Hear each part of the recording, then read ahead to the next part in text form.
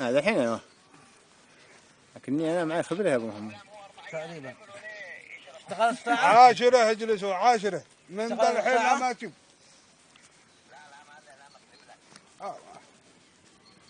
ابو فيصل، من يدخل المحيا صبر، والصبر خير تحله للقلوب الصابره. وابن ادم الطماع ما ياخذ من الدنيا عبر. نعيد كوسه الحامله. سمعت ايش قالوا؟ يا اخي بعض الناس قال يا بيت من عم ولا يطيح. قال بس احنا ذبيحه على ما هي مشويه. يتمن عم ولا يشتغل.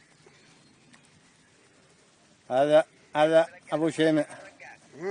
ما بيشبه لنا ذولا يا احمد.